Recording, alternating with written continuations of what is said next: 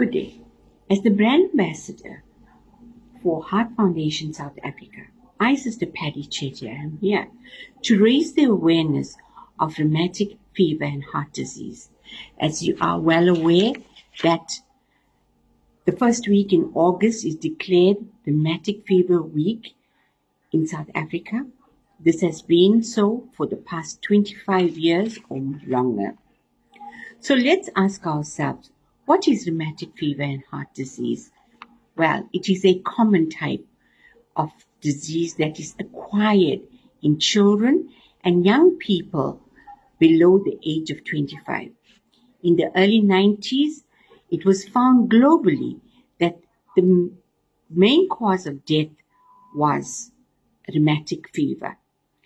But today, with science, antibiotics, and the teaching of good hygienic habits, has seen a disappearance in high-income countries. With rheumatic fever, there is normally an immune reaction against a common bacterium called Group A Streptococcus.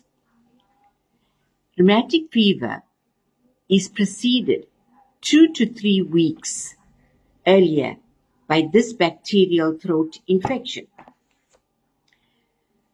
Symptoms of rheumatic fever can be joint pains, fever above 38, feeling of general malaise, and shortness of breath. Sometimes we find skin rashes and uncontrolled body movements. It can be associated with headaches, nausea, and vomiting. And the tonsils may be reddened and swollen. Preventative methods and treatment of rheumatic fever is seek medical treatment as soon as possible for a sore throat. Keep children away from school.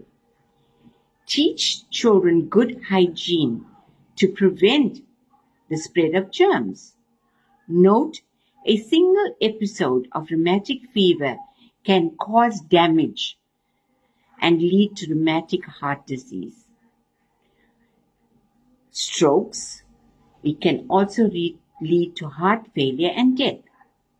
The disease requires lifelong medical attention, medical surveillance, and often heart valve replacement. Because rheumatic fever and rheumatic heart disease are driven by poverty, affecting the poor, the vulnerable, and the uncompromised or malnourished, and where hygiene is poor. Education in all areas from prevention, detection, and cure is imperative. Treat strep throat normally with penicillin. Eradication and program socio-economic developments. Teachers, caregivers, and parents can make a difference simply by looking out for a sore throat in children.